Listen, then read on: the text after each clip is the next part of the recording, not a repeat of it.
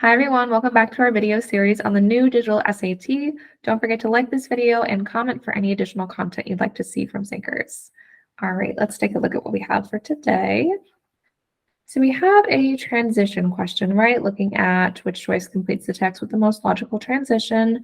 So again, for these questions, we're thinking about kind of the ideas that are established in this passage and how they relate to each other, usually kind of the first half to the second half in this case. So in November 1934, Cher Gill was living in what must have seemed like the ideal city for a young artist, Paris. She was studying firsthand the color-saturated style of France's modernist masters and beginning to make a name for herself as a painter. Cher Gill longed to return to her childhood home of India. Only there, she believed, could her art truly flourish.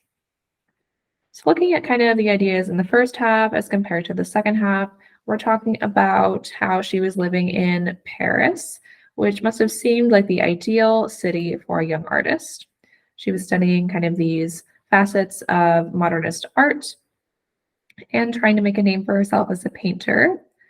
Then she longed to return to her childhood home of India. Only there, she believed, could her art truly flourish.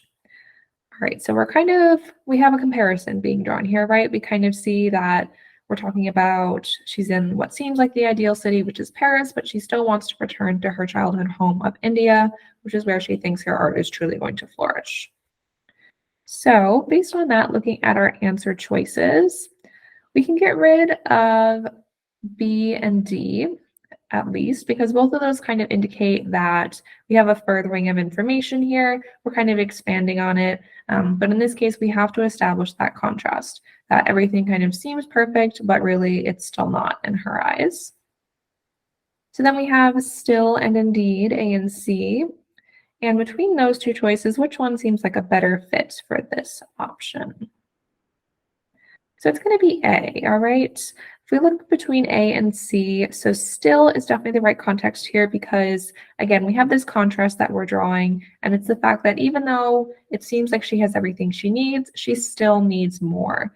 Okay, so indeed, on the other hand, we're thinking about, again, kind of this idea of, expanding further on what she already said.